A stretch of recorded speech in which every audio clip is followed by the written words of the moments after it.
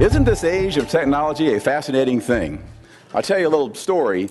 This past week at the University of Florida, a new system is being installed for keeping track of issues that occur on a college campus that require a call to security. Those of you that have been on a college campus maybe over the last few years remember these blue light things that are located randomly around the campus. I guess I always thought if I was going to commit a crime on a campus, it would be nowhere near a blue light. But they have this new thing that is being installed called Tap Shield. And every student, and most everybody else on a college campus today, has one of these. So if you tap it, and if you programmed your phone appropriately and you're in need of help for some reason, you're being attacked, you've fallen down, something's going on, you hit this, and a few seconds later on a screen at the police station, where you are will appear, because these things seem to always know where you are, and your name and your picture and maybe any relevant background will appear on a screen about your health and whatever else, if you recently have had surgery or something, plus who to contact in case of an emergency. The whole data is right there on the screen. Pretty interesting technology, which is going to be, I think, potentially revolutionary in security and that kind of a setting. And as a matter of fact, another application they have is if you have an earphone and you pull it out, that technology is called Yank. It'll also call for help within a few seconds unless you deprogram the device. So how about that? Then you take the topic of today's program, and I understand that in Puerto Rico, a thing that happens is you actually have a monitoring device, and it's got cell phone technology, and so when the inmate goes in to talk to their lawyer, you can kind of listen and see what they're saying. You know, that may not work in the 50 states, but it's interesting to learn how advanced this technology is getting and how useful it potentially can be for work release, or perhaps for domestic disputes, or for their other applications as this evolves.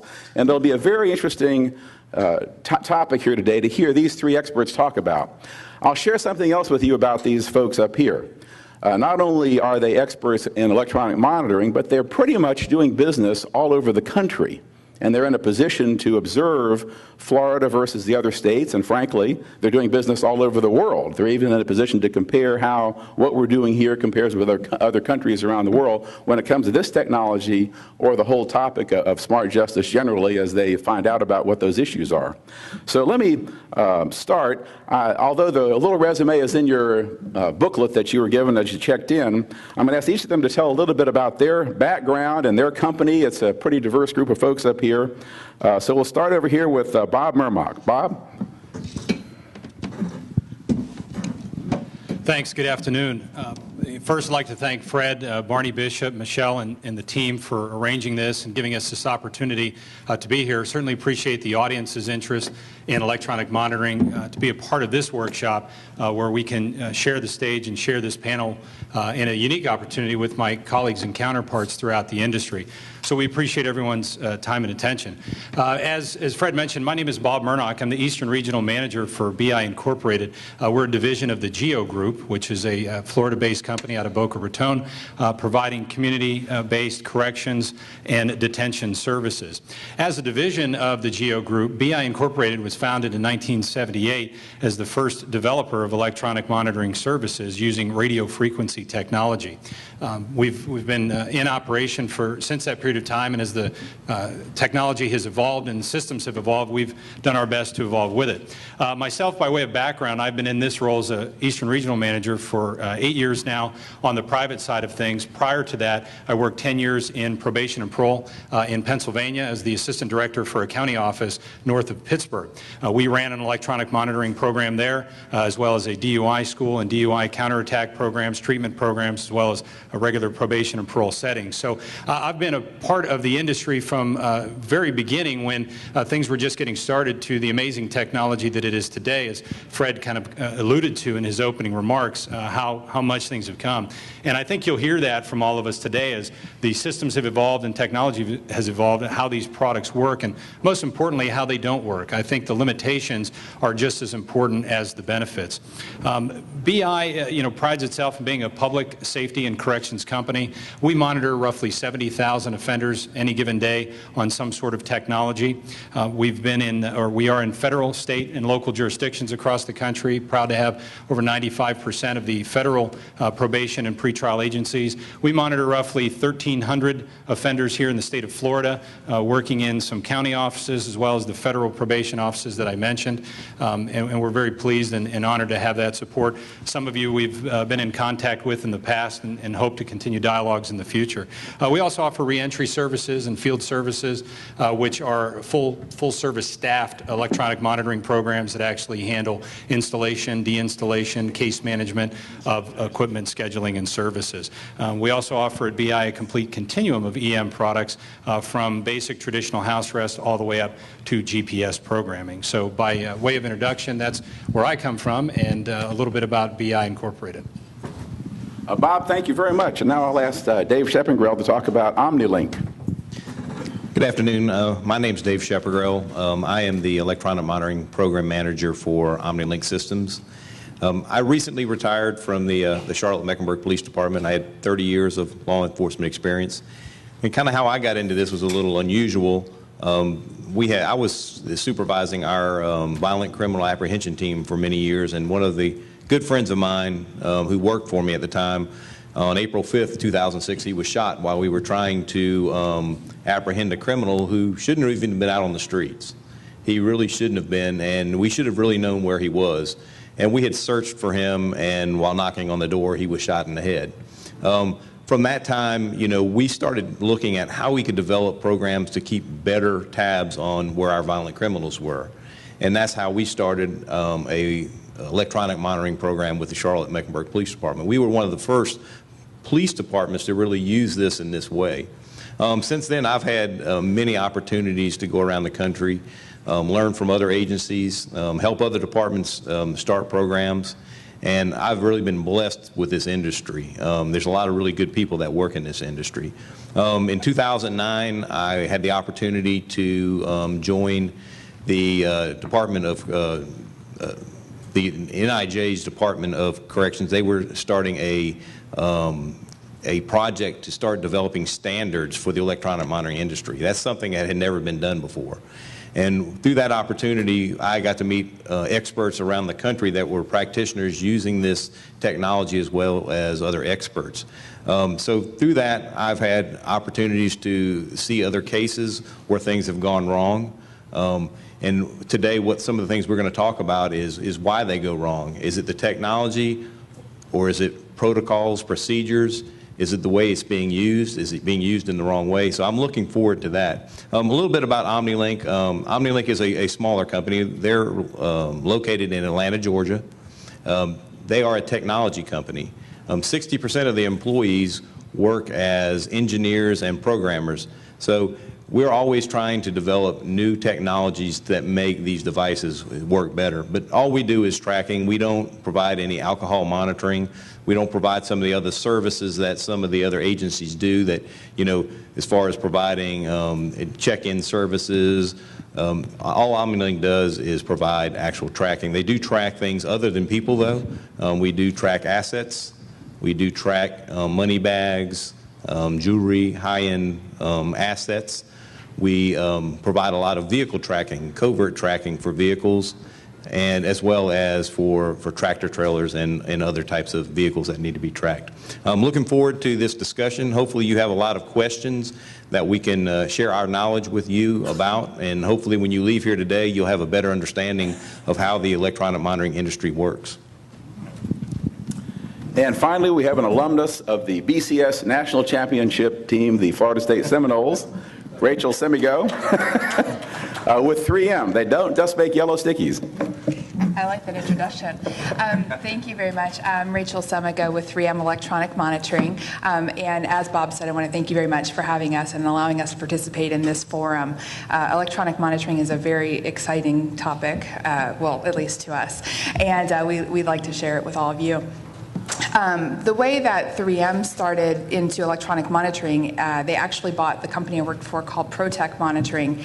And back in 1995, our engineers invented GPS tracking for offenders. And we kind of took off with the Florida Department of Corrections, who's been one of our longest serving contracts. They have about 5,000 offenders on here in Florida. And we have programs in 41 states and 23 countries. In all sorts of applications, similar to what the other gentleman said in parole, probation, bail bonds, pretrial, every application you can think of that someone might have to serve time. My background is I started as, I did some legislative affairs and political consulting, and then fell into government sales, which is kind of similar. And I was an account manager and a proposal writer, and now I manage the southeastern part of the United States for 3M's GPS and RF programs. All right, now we'll delve into this a little bit deeper. Bob, talk to us a little bit about the technology. I guess we've evolved from radio frequency to GPS to maybe cell phone. And how do you deal with urban areas and rural areas and track folks? What's going on with this technology? Sure, thanks, Fred. So, as I mentioned at the onset, the EM industry really began in the late 70s with the first radio frequency device that was built. And ironically, to share kind of a humorous story now as we look back, is the first application of a house arrest device was actually called a feeder meter. And it was used in an agriculture setting on cows, on cattle. And what would happen is a cow would be fixed with a transmitter device, and near its feeder would be some sort of a receiving device that could only then have a communication with that particular cow. And the reason why this problem existed was because there were aggressive cows that were stealing other grain that was allotted for some of the other cows. So you had fat cows and skinny cows, and we all wanted cows to be the same size. So the fix to this problem was to tether them with an electronic monitoring bracelet. There go the birth of the electronic monitoring industry. So when that cow, with its collar, would get close to the receiver, would only drop the allocation of grain for that particular animal, and so on and so on. So everybody was fed accordingly. At some point, someone got the idea, let's put this on people. So the RF, or radio frequency industry, was then taken off. And effectively the same thing, where an individual was affixed with a secured ankle bracelet on the leg that would be tethered to a radio frequency device, typically located in the home, that would communicate via the telephone line. And it would have a fence, if you will, or a perimeter. If you can imagine drawing a circle around the house, that would be an invisible fence, that once the transmitter on the leg of the offender would come in range, it would send a signal to say that they were home. And when they would leave and it would break that range, it would send a signal to say that they were gone. So it was to monitor the presence and absence of an offender. A large part of the electronic monitoring industry was started to impact jail depopulation programs, where we targeted nonviolent offenders. Speaking of Pennsylvania, where I worked in the probation setting, in 1989 they legislated intermediate punishment laws, and those were to handle those intermediate level offenders where, probation was okay for some people, but often viewed as a slap on the wrist. So how can we enhance public safety, hold people more accountable, but at the same time, maybe this person doesn't need to be locked up in jail. Let's save those spots for the more serious violent offenders. DUI offenses, some drug offenses, theft offenses were typically targeted under that type of legislation, and they were perfect for an electronic monitoring tether. So they would get day-for-day credit. Instead of doing time in jail, they would serve time on an electronic monitoring device, and they would be monitored by a probation, parole, or sheriff's department, depending on the jurisdiction. And they would watch them for compliance. And it would be a sentence handed down by the courts, as I mentioned, a condition of probation, or as a way to step them down as a sanction for parole. From there, alcohol monitoring and other technologies started developing with alcohol in-home breath testing. So I know there's a lot of law enforcement agencies represented here, both in uniform and not, and you're probably mostly familiar with a PBT, which is a portable breath testing device. It's a handheld device with a straw that an offender would blow into to determine a breath alcohol content correlating to a blood alcohol content to see if somebody's intoxicated. So very similar to that PBT device, or a portable transmitting device, the industry then said, well, let's put these in the home and let's see if we can monitor people while they're at home somehow with a portable breath testing device. So very similarly, they would be put into a device that's hooked up to a telephone line, which was key to communicate those results. So the individual would take tests either that are scheduled or random throughout the day. They would blow into the device, and there's various security measures to ensure that that offender is the one taking the test, either through picture ID or voice verification technology that's used by different devices. And then the results would be transmitted again to the supervising authority, be it a probation, parole, or a sheriff's officer. So they would monitor them for compliance. The alcohol industry has evolved. Over the last 10 years, we've gone from breath testing into transdermal testing. And what transdermal means, exactly what you think, transdermis, or skin, which is sweat testing. And there's actually devices now out on the market that can quantifiably analyze alcohol that's being eliminated through your pores. And everybody sweats, so you don't have to be a heavy sweater to be on a device that's going to detect alcohol for a transdermal test. By quick show of hands, how many people have ever noticed someone, either if you're supervising someone in a law enforcement capacity or, dare I say, in an office setting, that comes in and they kind of reek of alcohol the next day, but yet they're sober? Right? We don't necessarily test them, but we know that they're sober. It's kind of very similar if you eat a very heavy Italian dinner and you've got garlic and onions and things and you can smell it off of the person, right? Well, that's being emitted through your pores. So that technology now exists where we can actually capture that sweat sample and analyze it for alcohol, because alcohol is shown through research to be eliminated lastly through the pores or the transdermis. So alcohol monitoring has come a long way over the last 10 to 12 years alone, to most recently mobile breath testing, which instead of having a PBT, or a portable breath testing device in the home, they now are built with literally a cellular device inside the unit where the person can take a test remotely wherever they are and transmit that data over the cellular airwaves. Much like your cell phone will make a phone call, it's going to submit the data of a portable breath test. So as we've started off with just in the home, we are now moving to out of the home technology, which then of course came, last but not least, the GPS industry of global positioning satellites tracking our whereabouts. And as Rachel said, they were the pioneers of developing that in the mid-90s, the first company to have a GPS device.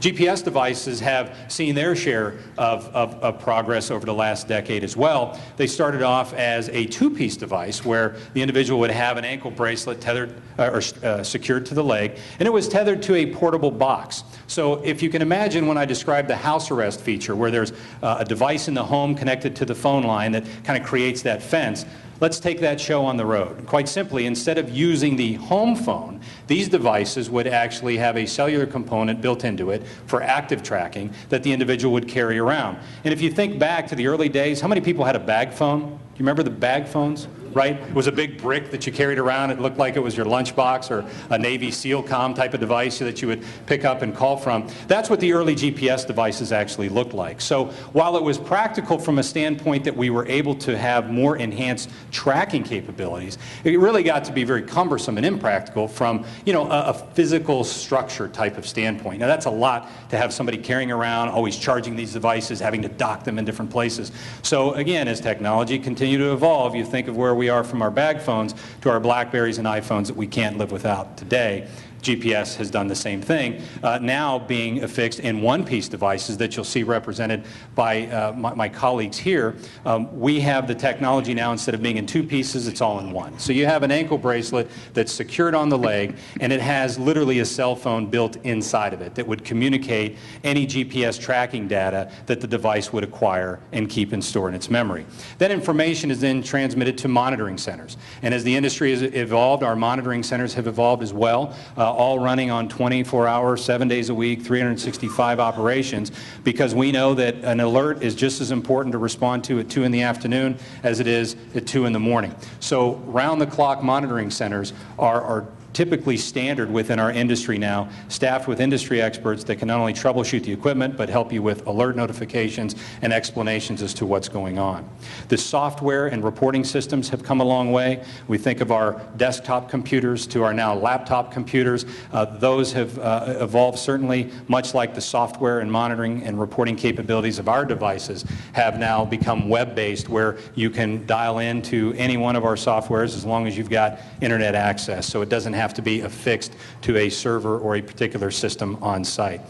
The positive impacts have certainly improved community safety, and that's what our primary goal is, to enhance community safety and offender accountability with cost savings at the onset from a jail depopulation program. However, And I think what's important for today's discussion that we're all very proud to be a part of is to not just talk about how great these devices can be in complementing your strategies, but also you need to understand the limitations and the risks involved in doing so. And Dave will be talking more about policies and procedures and how that's important to have all of this, because it's great to have technology that does things, but if you don't have either the manpower or the protocols and the consistent application, really a lot of this information is kind of all for naught. GPS, radio frequency, alcohol monitoring, it all serves as a terrific accountability tool. It acts as a deterrent. It's meant to detect and report. One of the limitations clearly is it's not meant to prevent. Wearing a GPS device is not going to stop someone from committing a crime. Wearing an alcohol monitoring device is not going to stop someone physically from drinking. It's designed to detect and report those violations and the activities of an individual. So it's very important to know that these devices can be cut off, they can be removed, and an offender can go about the community at large for a particular point in time until authorities will catch up with them. What these devices do is they report that type of sabotage or that type of tamper to those devices, as well as if there's drinking events, much like a drug test would detect someone using illegal substances. So it's very important to recognize that, while without a doubt it proactively engages offenders in pro-social behavior. The goal is not to recidivate. The goal is to be more amenable to treatment. The goal is to not become consumers of the criminal justice system and get people on the right path. And that's what all of you folks are dedicated to in your mission, in your life work. We provide the tools to enhance that. And I would leave you on this note that it is not anything that replaces people. It is a complement to people. Any electronic monitoring device is not going to be the magic answer or the magic pill or the silver bullet to cure any type of criminal behavior. It is meant as a complement to boots on the ground and the human mind and the resources that are operating all of these effective programs. So as we go through our discussions today, we welcome your questions to help talk about some of those enhancements and benefits, as well as some of those limitations of what the programs and services are that we supply, but also that we've seen within agencies across the country. Well, thank you for that fascinating overview of the technology evolution. It's amazing. Dave, like all things in the age of technology, it's hard to keep up. What are your observations about the evolving policies and procedures as to the use of electronic monitoring based on what's happening in society and what's happening with technology? As you've always heard, there's going to be problems with technology. When I was on the airplane on the way here, I was on the window seat, and there were two businessmen sitting next to me, and they talked about who had the best reader. One had a Nook, and the other one had a Kindle, and they were talking about why this one was better than the other one. And as they talked about it for a few minutes, the man with the Kindle reached down to turn his on, and it didn't turn on because he didn't charge it. Policies and procedures are so important. It doesn't matter if you have the best piece of equipment out there. If it's not charged, if it's not working properly, it's not going to do you any good. And that is so important in this industry, because what you hear are the headlines. Has anybody in here ever heard some horrible headlines about electronic monitoring? If you haven't, you probably haven't been paying attention, because they're out there all the time. Just a few that I picked up on that they're easily Googleable. Man kills his girlfriend while on house arrest 50 miles away. Okay? He's supposed to be on house arrest 50 miles away, and he kills his girlfriend. The public, when they see that, they just believe that the technology doesn't work. As you've heard, that you can't stop, the technology is not going to stop somebody from committing a crime. The technology detects, and it reports. It's what we do after that report comes. Here's another one. Man missing for 4 days before law enforcement was notified. Okay? And these are not few and far between. You can find them all the time on the internet. Career criminal cuts off the monitor. Police never notified until he shoots 4 police officers. Yeah. And again, as we start talking about policies and procedures, you'll see how there's got to be an interaction between the people that are doing the monitoring and the law enforcement community. That is so important. Man on electronic monitoring for a year never charged his device. Okay, you think that one's good. How about if you're a private company and you're doing electronic monitoring, you put monitors on people and don't give them chargers because they don't bring them back? These are true stories, and if you Google these things and you read about them, you start to wonder, how is this industry working and being so successful, yet we have these kind of stories happening, and they all relate to the policies and procedures. There are a variety of people that use electronic monitoring, all the way from your bail bondsmen. There are quite a few bail bonding companies across Florida that use electronic monitoring as a way to keep track of their people they have out on bond. Very high bonds, so they want them to wear a monitor. You have nonprofits that are using electronic monitoring as ways of having reentry programs. Then you have government agencies, jails, Department of Corrections, that are using electronic monitoring. But how do they all talk to each other? Is there a formal way of communicating when something happens? I recently went up to talk to a group that was interested. It was a nonprofit. They were interested in starting a domestic violence program. And they had a lot of really good ideas. And I listened to their ideas, and we talked a little bit about the technology. And then at the end, I said, have you talked to law enforcement? And they said, why? Okay, what happens when the person enters a zone or leaves a zone? What happens when the person doesn't do what they're supposed to do? Are you going to send one of your social workers out there to do something about it? And they had never even thought about that. At the early stages, they had not even thought about the fact that law enforcement needed to be involved. There had to be some kind of communication. It's so important that as you look at policies and procedures, how is law enforcement tied in, and what is their responsibilities? Well-written policies and procedures should be the heart of every organization. Every organization out here has policies and procedures, but it's amazing to see quite a few electronic monitoring programs don't have their own policies and procedures. And they don't go back and review them, because policies and procedures are only as good as how well they're enforced. And if you go back in and you periodically check those policies and procedures. Yes, we hear this all the time, yeah, that's our procedure, but we don't always follow that. We don't always follow that procedure. That's not how it's really done out here in the real world. What I always recommend is you have somebody come in and look at your policies and procedures and look to see if you're actually following those on your day-to-day activities as far as electronic monitoring goes, because you don't want to be the next headline. You don't want to be the one that is being blown up on CNN because somebody goes out and commits a crime and you weren't following your own policies and procedures.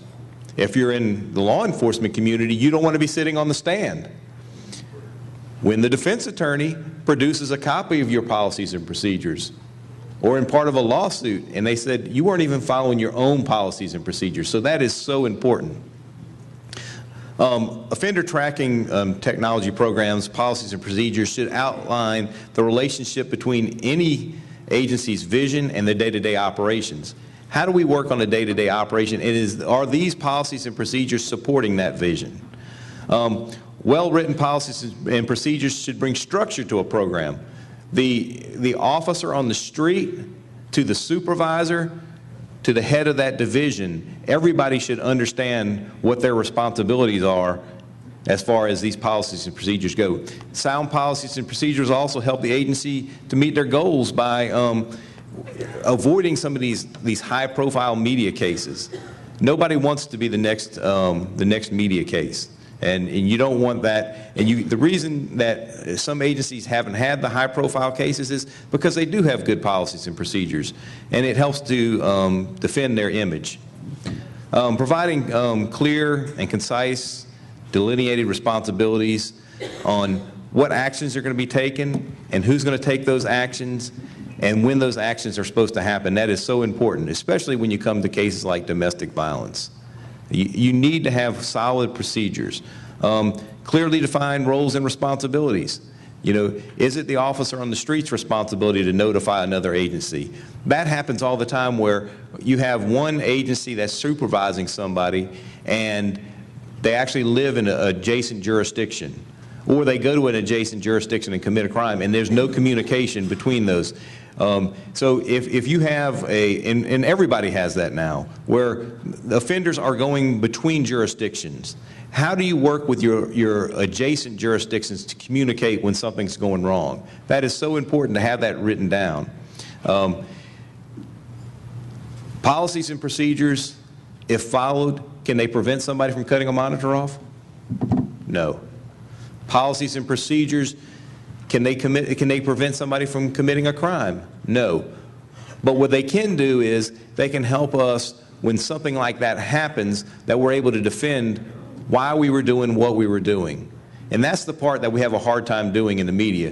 And that's why when one of these cases happens, it's very difficult for the agency to stand up there and say we did everything right. If you have policies and procedures and you follow those policies and procedures and something goes wrong, it's a whole lot easier to stand up in front of the media. I've been there.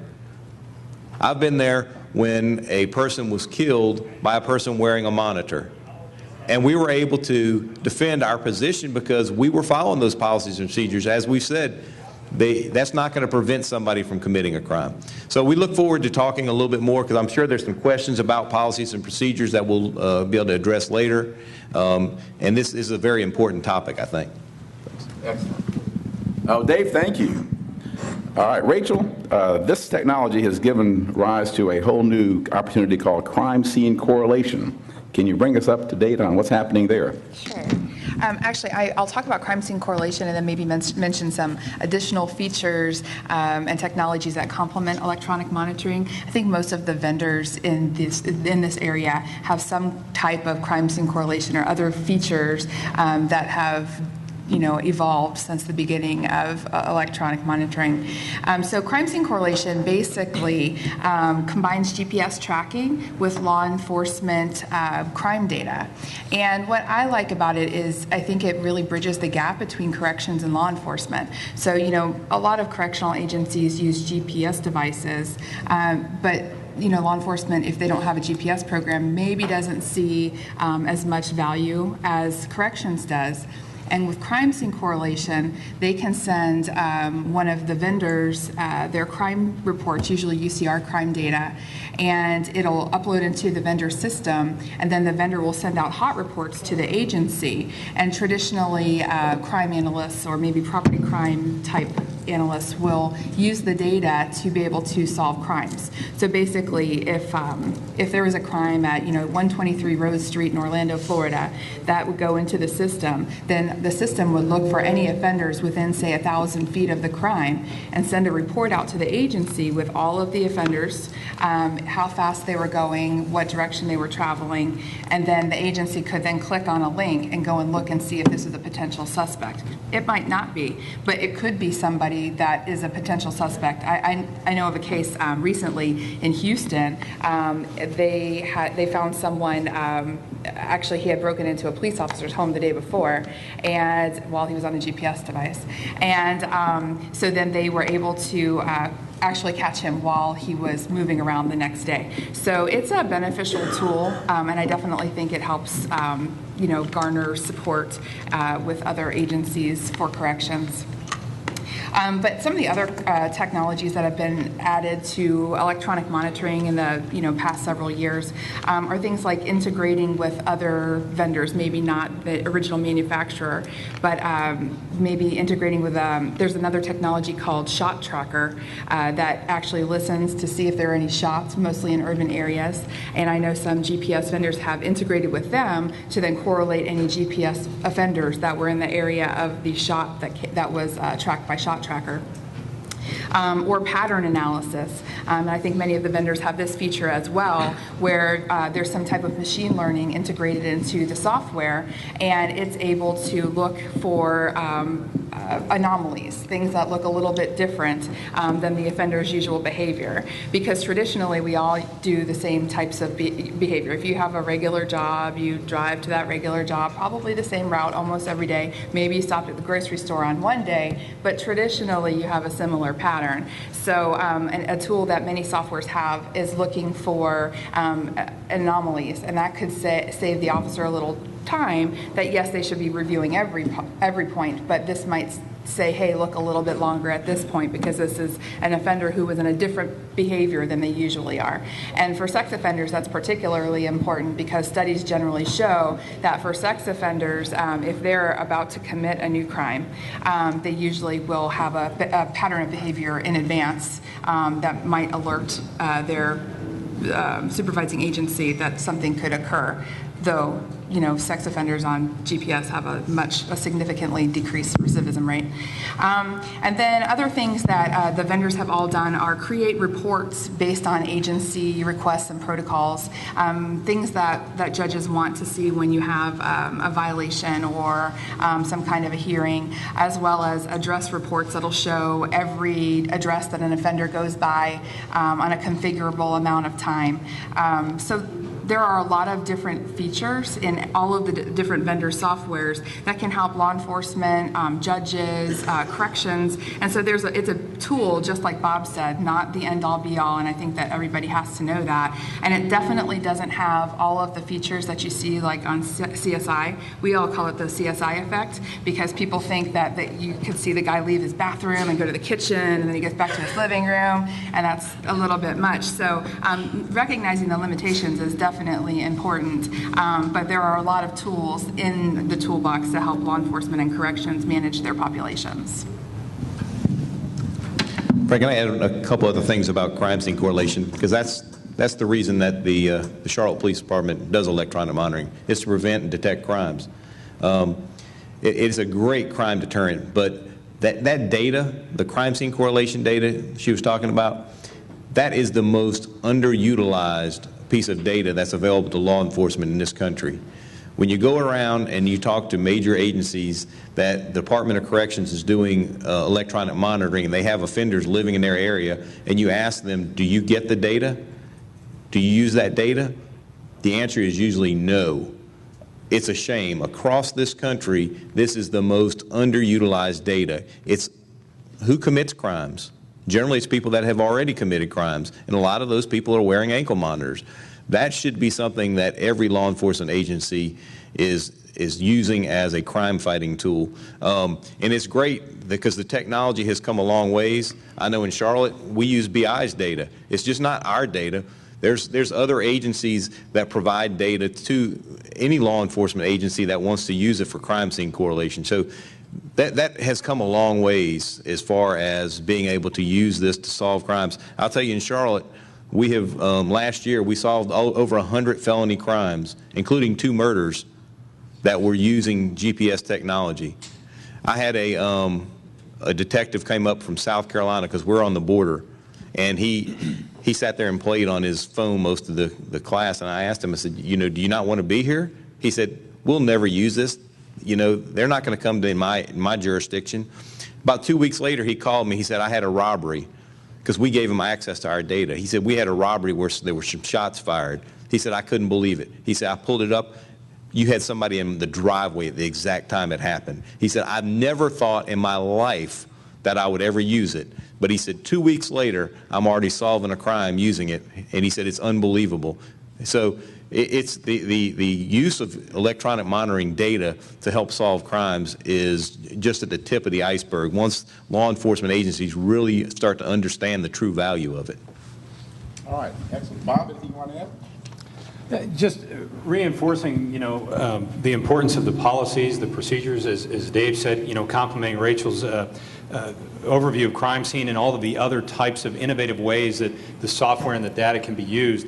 If the agencies, partnering with us, partnering with vendors and EM providers, without having some policy, some procedure set in place, all of this data is either underutilized, you know, as Dave said, or not followed up on and not utilized correctly. And it just sets all of us up from being one headline away from a problem and can give you a false sense of security if somebody is not actually manning the ship, so to speak. So, you know, all very important, and it's very exciting for us to see the industry evolve, because we work in a place that's not stagnant.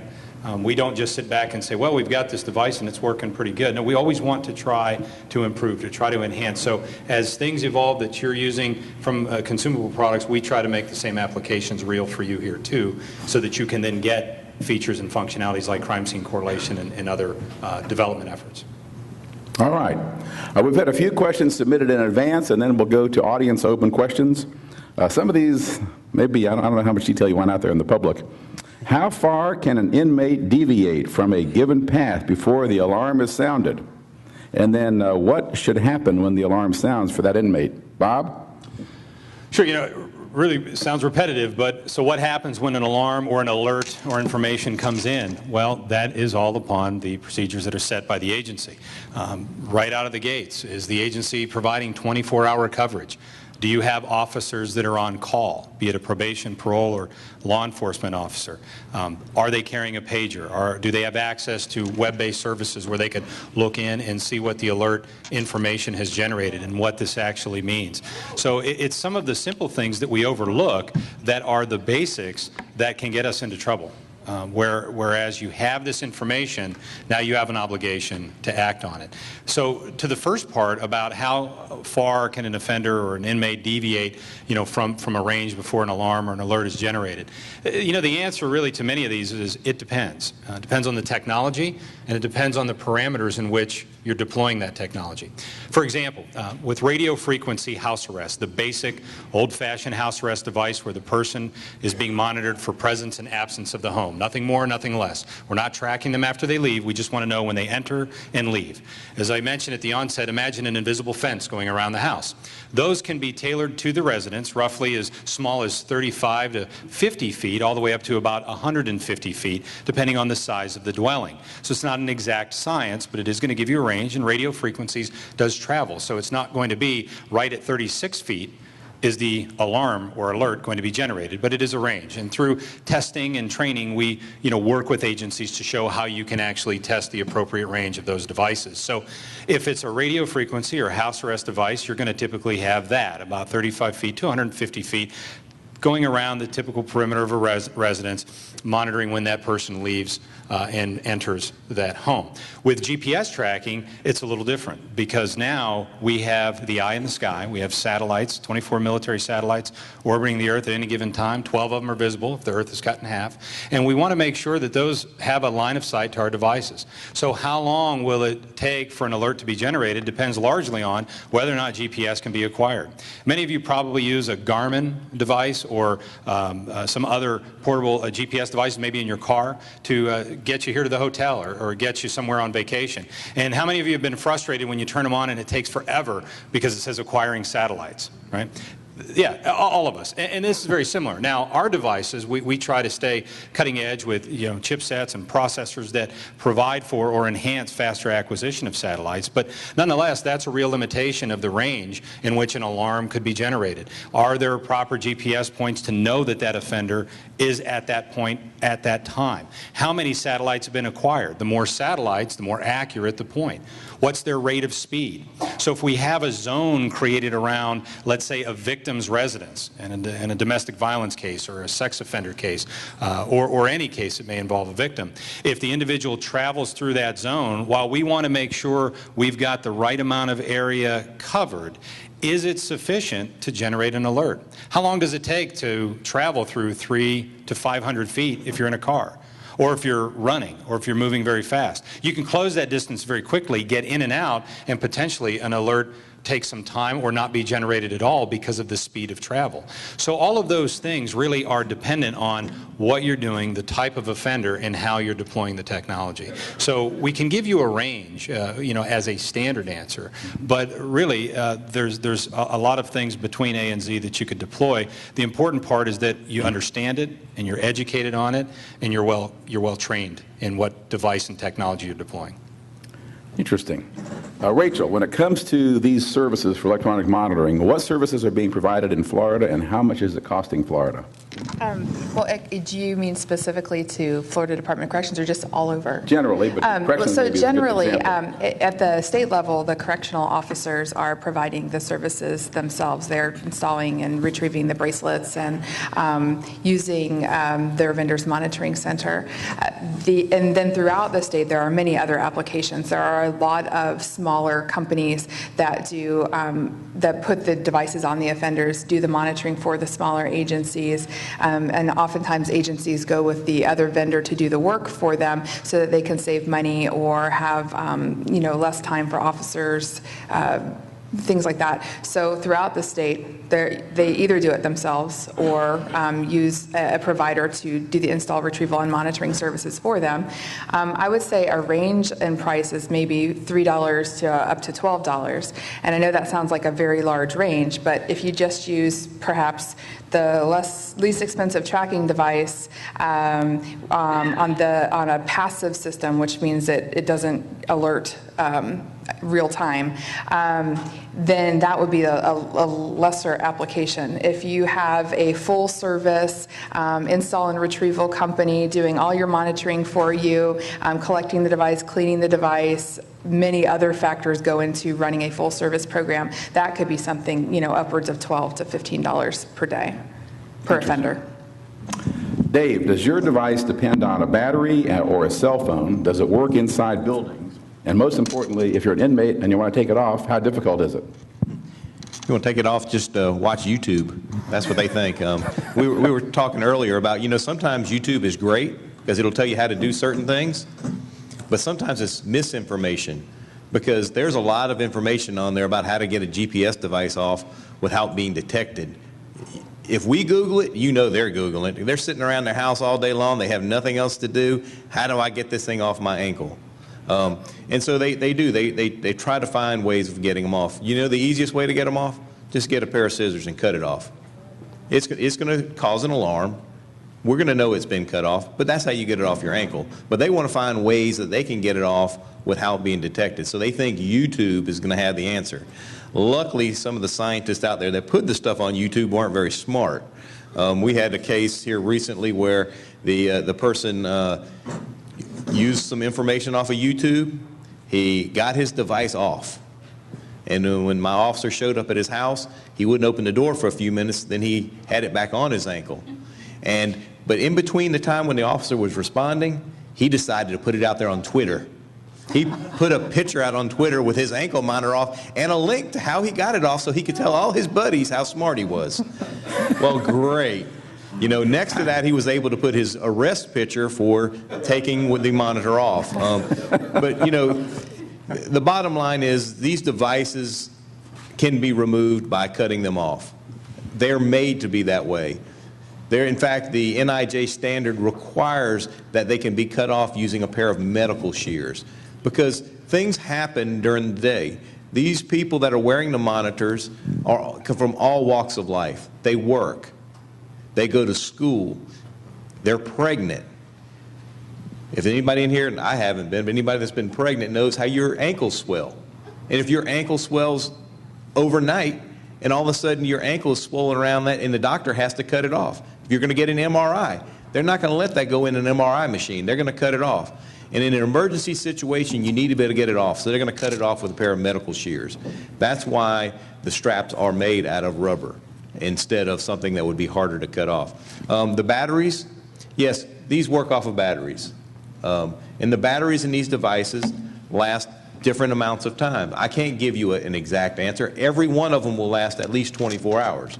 Some of them last 48 hours, depending on how often you're collecting information, the environment that you're in, and how often that information is being uploaded. So I would say a range is probably 24 hours to 48 hours for your typical one-piece device as far as how long the batteries last. But they do have to be charged. And that's part of the structure that a lot of these offenders have never had. They have to sit there and charge them for a period of time every day. They have to sit in one place. For the young offenders, we tell them to do their schoolwork. For the older offenders, they're usually probably watching TV. But for a period of time, they do have to charge the device every day. Thanks. Excellent. Can I add something Yeah, to that? right. Something I wanted to add to what Dave said was proper training for installation of your bracelet, something that they had talked about before with policies and procedures. Proper training, really mitigates your risk of an offender taking a bracelet off as long as it's properly installed. And another thing is policies and procedures or a statute. Like in Florida, statute or Chapter 948 is a third-degree felony if you tamper with an electronic monitoring device. So at least it gives another deterrent for not doing it. Now, if they want to take it off, they're going to take it off. They don't care about the law. But it is one more, an additional thing that you can do to help deter them from taking their bracelets off. Excellent. Bob, talk with us a little bit about other applications like domestic violence orders by the court or drug diversions. Sure, there's a lot of applications within the criminal justice system for all product lines. Specific to GPS, the idea behind GPS is greater offender accountability, knowing their whereabouts, where they should be and where they shouldn't be, and providing as immediate of notification as one possibly could, depending on whether you're monitoring them actively or passively, which is a next day type of report. In the case of domestic violence, we're seeing more and more states and jurisdictions that are looking towards legislation or policy development on domestic violence and using GPS as a means to better enhance the safety of the victim in the community and holding the offender to a greater degree of accountability. We see that where with GPS, I mentioned before, putting zones, which is effectively that RF perimeter. Now, it's not a radio frequency, but it is on a map where a zone would be placed around a victim's residence or a victim's workplace. And should that GPS device travel within that zone, you would get a near real-time notification. Going back to some of the limitations that we talked at one of the earlier questions about how long does it take for that alarm to go. It's largely dependent on, as we said, if GPS is being acquired at the time, but also the cellular capability at that time. We've all been very frustrated when an important phone call needs to be made and you have 0 bars on your phone. These devices are communicating over those same cellular networks. So is it possible that an offender gets into an area where there's poor cell coverage and could breach a zone, get into an area that they're not supposed to, and not be notified? The answer is yes. There are real limitations based on those cellular towers that these devices will communicate on. However, it is an important feature that we all support and we think is another next step complement towards managing a very difficult population of domestic violence and domestic battery, which especially has a high level of repeat offenses to it. Victim compliance is something else one should consider when looking into legislation or policies around domestic violence supervision using any type of electronic monitoring device. And when I say victim compliance is, we have a very captive audience in the criminal justice industry with offenders. They lose certain freedoms and liberties as a result of either being incarcerated or under some sort of supervision. So we can tether them with an electronic monitoring device. How do you compel a victim to do it? You can't. While your policy says, I want them to carry it, will they carry a cell phone to be notified? Will they answer their phone if the call comes in to say an offender has breached a zone or may be in their proximity? It's very hard to compel a victim to do things such as even charging their cellular phone or even taking it with them when they leave the house so that they have it to be notified when this data comes in.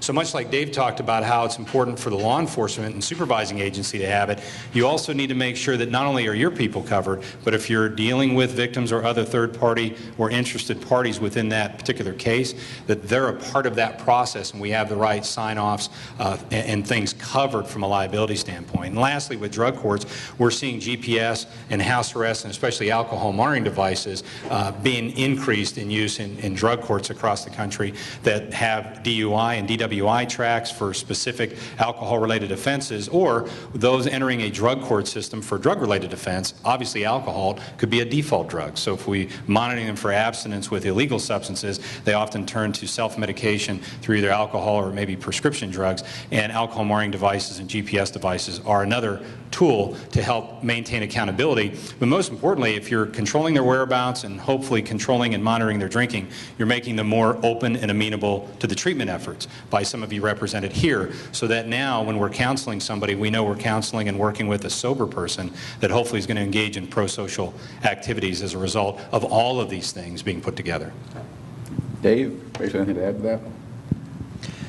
Well, the only thing I would add is it is so important, as we've talked about, the uses of this, that you have the proper technology in place. I've had judges to order somebody to wear for a domestic violence case to wear a monitoring device when he lived in the house with the victim. That doesn't make any sense. It doesn't make any sense. But, you know, sometimes the judges order things that don't make sense. You know, and it's not the fault of the equipment when something bad goes wrong with that. So domestic violence is a really good tool for use of GPS, but it's got to be used in the right way. I guess the judge that was here yesterday left, thank goodness. Rachel, does it make any difference where your monitoring stations are located? And then what are the Florida protocols on how long you keep the data in the system after the inmate is no longer being monitored?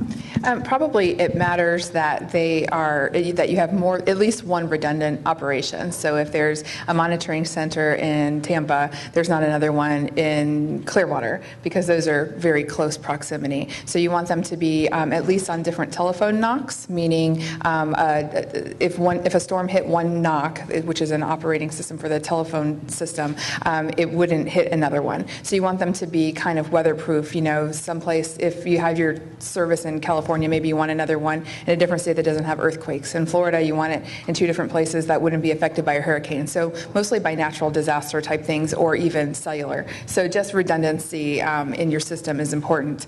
And what was the second part of the question? Keeping the data in the system.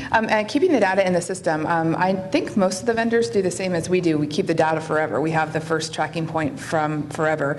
But I guess the official answer would be whatever the agency mandates that you keep it. So, you know, an RFP could mandate that we keep the data for 7 years, and that's how long we would keep it for. But I think most of the vendors keep the data forever. Excellent. All right, who's got a burning question to ask here? Anybody looking around? Yes, ma'am.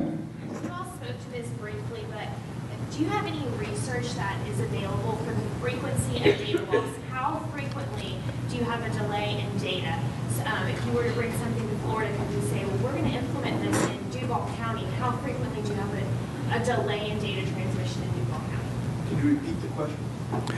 Well, the question has to do with a delay in data transmission. If you brought some new technology to Florida, and you mentioned Duval County, is that a specific geographic issue for you, or? I'm interested in, is there any research, so what the information you collect, if you were to bring it to, let's just say, Duval County, would we be able to look and see how frequently in Duval County is there a delay of data transmission? So is this going to be effective for us, or do we have too many rural areas and we're going to continuously have a loss of delay in data? The delay of data transmission is really your key. Well, GPS is available anytime you're outside. So collecting the GPS points is not a problem. When they're indoors, you're using other technologies to be able to locate. If you're using cell phone triangulation, you're using cell towers to locate where you are. It will depend on the cell strength, the distance from the cell towers. And so while an offender is indoors and you're using a beacon unit that will detect when they're indoors and when they're away from the unit, you're going to be able to collect those GPS points anytime they're outdoors. Very rarely do we have a problem collecting GPS points outside. The problem sometimes will be transmitting that data. If you're in an area that has very poor cell coverage, then that data has to be transmitted using a cellular tower. And so there could be a delay in transmitting the data. And what we normally would do if there's a case, and I think everybody pretty much does the same thing, we would look at the cell strength. We use a Sprint network. We're now using Verizon network at OmniLink. But if they did not have good coverage in your area, we would tell you this is not the right product for you. Because if you, right up till recently, we only had Sprint.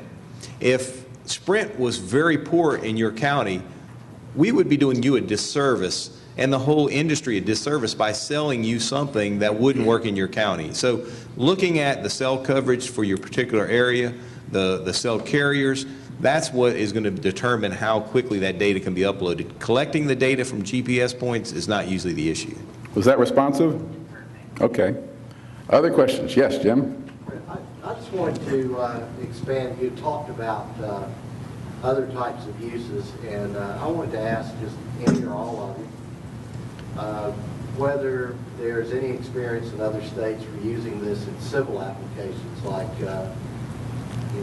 incompetent to proceed type cases. I don't know, maybe Alzheimer's, people that wander. I mean, can this technology, is it being used and is it effective in civil applications? Yeah, the question is whether or not this technology is useful in civil applications, Alzheimer's issues, or other opportunities where it might be, given that you're working in all 50 states. Sure. Actually, in the civil market, and if someone who was, do you mean civil as one option of not competent to go to trial? They actually are doing that in Florida now. I know that there are counties in this area that have kept people on GPS until they were competent to stand trial. And then in the Alzheimer's market, it's a similar technology, but traditionally it's not an ankle bracelet that you would have an offender wear. I've seen, there was a division of 3M previously that they wore like something around their neck, like a lanyard. So it's a similar technology. We all use the same satellites, but probably it's affixed to the wearer a little bit differently. Other observations? Yeah, well, beyond some of the medical applications described there, also from a civil or non-criminal justice-related application, we've seen it used in children and youth services for dependency cases. So much like a child will be delinquent under juvenile probation and supervised on a bracelet, much like an adult would, for dependency cases, it can be an effective tool as well. If you have kids that are truant from school or runaways or people in foster care where they just need an extra layer of accountability to help in monitoring the youth. We've seen that application used with different types of cases. When we talk domestic violence, many of those are civil in nature before it becomes an assault, where, speaking Pennsylvania in my home jurisdiction, PFAs, or protection from abuse, like a restraining order, is actually classified as more of a civil matter as opposed to a criminal matter, but they could be found in contempt and used there. Along that same line, we've seen it used in domestic relations cases for failure to pay child support or spousal support, where we have deadbeat dads that can't be located or can't be held accountable in the payment in arrears of taking care of their responsibilities. Lock them down on a bracelet and hold them to a schedule to make them responsible, make them more accountable to the courts, and the courts generally have contempt powers to deal with violations. So there are several other aspects. Child custody cases, we've seen alcohol monitoring devices used. If the parent's going to be in custody of one child for a particular point in time, they have to be monitored or agree to be monitored through the parties on an alcohol monitoring device. So there are a lot of other applications diverse from the criminal justice system, but generally still related to the court system in some way, shape, or form. Other? A couple of y'all have brought these in with you. Would you mind just holding that up and giving us a little show and tell on the latest and greatest? What's going on there? Sure. This is a one-piece device. This is our device. Ours are all very similar. They just look a little cosmetically different. Think of a Chevy or a Ford. This is our ET1. It's an ExacuTrack 1, which simply means a one-piece GPS device. There's a very thick rubber strap that we described earlier that's affixed and secured with pins to the offender's leg. Training is important. I think Rachel alluded to that before. Proper fit, proper installation. We use the ankle because it is the more secured area of the body that is the path of least or path of most resistance versus putting it on a wrist. A lot of people want to know, why can't you put it on like a watch? It's a lot easier to get it off than it is the ankle bone because of the degree of angle there. So the ankle bone acts as a natural securing device, if you will, to complement it. So this is what it looks like. It very simply gets put on. There's a cell phone built into this. The batteries inside of this. These are waterproof devices, so hygiene is not an issue with bathing and showering. It's secured so that the device is not going to get corroded inside if it is submerged in water. And then, as Dave mentioned, the device has to be in a rubberized seal where the strap can be removed for medical reasons. We want to be able to cut it off in the event of an emergency, but there's a tamper sensor in there that would detect that.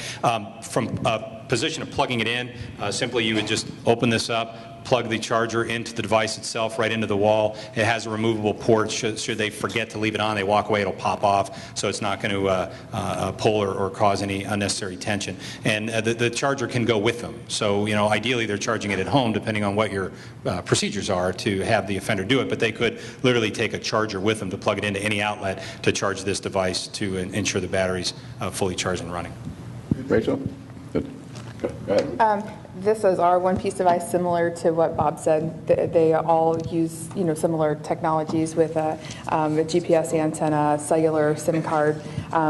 In our one-piece device, this is actually the device that the Florida Department of Juvenile Justice uses, if you've seen any of those offenders. And this is our two-piece tracking device that the Department of Corrections uses here in Florida. And this device is similar to the other. They all track similarly, but this one is actually a cell phone as well. So you can call the offender on the phone, and they can call pre-populated numbers that are in the device and text them as well. And Dave? this is OmniLink's OM400. It doesn't have the strap on it. It's a very similar strap to what BI has. And the unique things that these new devices have is the ability to communicate with the offender by a vibration, a sound, or in some cases they actually use a voice call. But our device uses sound and vibration so that you can alert an offender if you need to get their attention for something. Could you shock them? Yes. That's a no comment, right? No comment. Will technology, medicine, or the Constitution ever permit them to be implanted? Can you implant these at some point? Well, we have that, that might sound like a far-fetched question, but we have people ask that a lot. Well, we do with Right. pets, if I may, maybe it's Right. an analogy. Well, the difference is on your pet, you've got a chip that's in them that is just emitting a very low-strength signal that when you wave a wand over them, it picks up that signal. What we have to be able to do with one of these devices is to be able to locate a satellite, pick up a GPS point, store that on the device, transmit that data, use cell phones for triangulating the location, and all the other things that these devices have to be able to do. I don't think that we're going to ever implant them. There has been a lot of research into other ways to charge them, but nobody has perfected that yet. But using the walking motion or other ways to be able to charge these devices. But I doubt seriously it's ever going to be implanted because of the size it would take. It just seems like the ability to take it off is such a big drawback that it will never be used in significant number of cases, it would seem to me. Well, in the movies, they pull the chips out of them when they put them in them, so I don't know if that's going to happen or not. All right, other questions? Barney? Oh, I'm sorry. Charles? Just a question. Bob said something about it had a built-in cell phone. How does that work? How's the built-in cell phone work? Sure. Effectively, this device is going to acquire GPS and store all of the GPS points on a map to follow them. And I say that there's a cell phone built into here. It effectively is. There's a cellular capability and chipset that calls in that data. So what you have to have is a device that takes the GPS data, holds it, and then by means of communicating it, much like our cell phones do, and it automatically dials out that information over the cellular airways through Verizon or Sprint or AT&T, whatever cellular carrier it's being used on, and it will transmit that data over the airways. So the phone is built in there, but it's not a phone to communicate right to it. Now there is a device that does allow for two-way communication. Right. You can use a two-piece tracking device, which it looks like a phone that you actually carry, and you can talk directly to the offender. There is a company that makes a one-piece device that has two-way communication capability. But these, as like Dave said, it has two-way communication in the way of, while it transmits the data cellularly, we can also send signals to the bracelet and send voice commands or vibration or a beep to notify the offender that they have to do something or initiate some action. So there is two-way capability regarding that. And the important thing about all of these devices that you're seeing up here is they have to be able to work in a variety of environments. They have to be submerged in water. They have to work up in the cold weather. They have to work in the hot humid weather in Florida. You know, so they have to be subjected to so many different environments throughout the day. So, you know, where, you know, you put a little case around your cell phone, and if you drop it, it breaks the screen and you got to replace it. These devices have to be made so that they can take that kind of abuse on a daily basis, because these offenders, they don't care about these devices. They don't want them to work anyhow, so they're not going to take care of them. Interesting. Barney? Yeah, y'all have answered a couple of my questions about how you charge them. But I had a couple of other questions. This is an 8-story hotel. So if I had an ankle bracelet on me, there's probably a lot of people who'd like to put one on me. Question is, could you tell what floor of this hotel that I was on? Can you tell which floor you're in on a hotel with these devices? Is that... Marty, I can tell you that there is a lot of research going into that to be able to tell your altitude using one of these devices. Currently, I don't know of any device that's able to tell altitude. The way that we would address that is with a beacon. If you lived on the 3rd floor and you put a beacon in that house, then we would know that we could keep you to the 3rd floor. If you were to go up floors or down floors, we would know you're not in the right location based off the beacon. But that is something that is being heavily researched, but it has not yet come to market. All right. I have another question. You mentioned that y'all have ones that can detect if alcohol is being done. I know it sounds kind of strange, but you have one that sniffs that would kind of know if somebody was smoking a doobie or something like that. Other than their foot odor, could you detect whether they were, if they smell? Are you all? So how do we rephrase that question? That was a 60s term, the doobie. Is there an odor sensitivity on these devices? Yeah, just... Is there a device that will detect for the the presence of an illegal substance? There we go. No, not right now. But that's an application that is being looked at and researched. You know, right now the classic way of detecting illegal substances through urinalysis testing that many of you agencies that you support use right now. Alcohol can be successfully measured through sweat. We're looking into, and we know that there are companies that are looking into the research of taking a sweat sample or a sweat patch and being able to analyze for marijuana or other types of illegal substances, opiates, cocaine, things of this nature. It's not there yet. There's some barriers to entry there, whereas the way alcohol is eliminated through the pores, it can be captured either through a fuel cell or alcohol sensor. The way illegal drugs are eliminated through the pores, it's a little different, and the tricky part is capturing that and transmitting it. So the research is on its way, but not there yet that I'm aware of as far as any bracelets. You know, the hard part to some of that research too is with alcohol testing devices, and it sounds funny, but many agencies are always willing to try that because, you know, in the name of science, they're going to go out and drink and wear one of these bracelets. It's very difficult to get somebody to go out and smoke dope, unless you live in Colorado and a few other places, to wear a bracelet. But illegal substances, you know, how do you really test and validate that? We have to measure that up against the capabilities and biomarkers that we use in urinalysis testing, and that's where that research currently is right now. How can we show that, you know, an illegal substance is being detected here because it mirrors the enzymes and biomarkers produced out of a urinalysis test? All right. Well, Barney, we're an hour away from cocktails. Yeah, I got one more question. Okay. This one is a better question.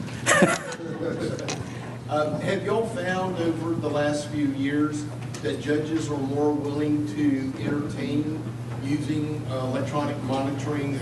You have lie detector tests that for a long time judges didn't believe in it and stuff. Are you finding that judges are more likely to use electronic monitoring because they have some trust and faith in that, in some capacity of the system? Yeah, the question is, are the judges in Florida more willing to use monitoring now? Are you running into... Well, I can't speak about Florida, but I can tell you that judges do not like to order something that's not followed through on. And so if you order somebody to have a curfew and nobody is enforcing that curfew, the judges won't use that as a tool. So that goes back to policies and procedures, how you work with law enforcement. If judges know that this device is capable of enforcing the conditions that they set, then they will use it. The technology has the ability to do a lot of the things the judge is ordering, but having the procedures and the commitment to following up and then being able to bring that back to the courts, that's where we really have to work on to get all the judges to buy into the use of electronic monitoring. Can I add to that? All right, yes, Rachel. I would add that in Florida, we definitely have seen judges more willing to use the device. I think part of what they see is if they have a vendor that's willing to support, expert testimony and providing documentation and responding to subpoenas, that goes a long way. And then when they start seeing that the offenders start pleading out as soon as they know the GPS vendor is going to testify, showing the points, as soon as they see that they're accurate, that has got a lot of buy-in from the judges as well. All right, ladies and gentlemen, let's show our appreciation to this wonderful panel. Thank you.